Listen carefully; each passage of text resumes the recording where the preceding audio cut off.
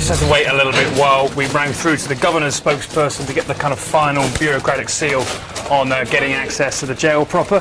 So these two American gentlemen are just helping us get inside to the cell where the tunnel actually began.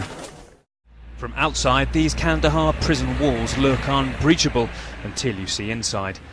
There, Americans and Afghans have unearthed just how sophisticated the Taliban were when they broke 475 militants out of here.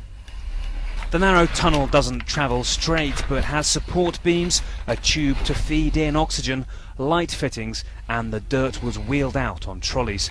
It must have been a mammoth operation. Inside this tunnel you get an idea really of how cramped and difficult it must have been to move through, and really how long it would have taken for hundreds of people to crawl hundreds of feet out. We go inside and enter where the Taliban were held, the political bloc, wondering exactly how did no one notice the months-long operation. We're told not to film any of the Americans, Afghans or prisoners. The corridors once full of insurgents, the cells all empty. The cell that led to freedom left, though, as it was.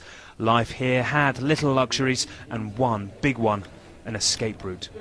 Well, the concrete on the floor of the cell is 2 or 3 inches thick, and it would have been literally impossible for somebody digging upwards to have broken through it. So investigators believe that people inside the cell must have finished off the tunnel. Nobody wants to talk. Nobody here was on shift that night, they say. Was he here that night? If the general comes, he replies, he'll punish me for letting you in here for a long time. Well, we're not quite sure why, but in the last 5 minutes, both the Americans and the Afghans have told us to leave. So we're going to do that. We look for where the tunnel emerged. It is inside this house, the hole in the back of a front room now filled in.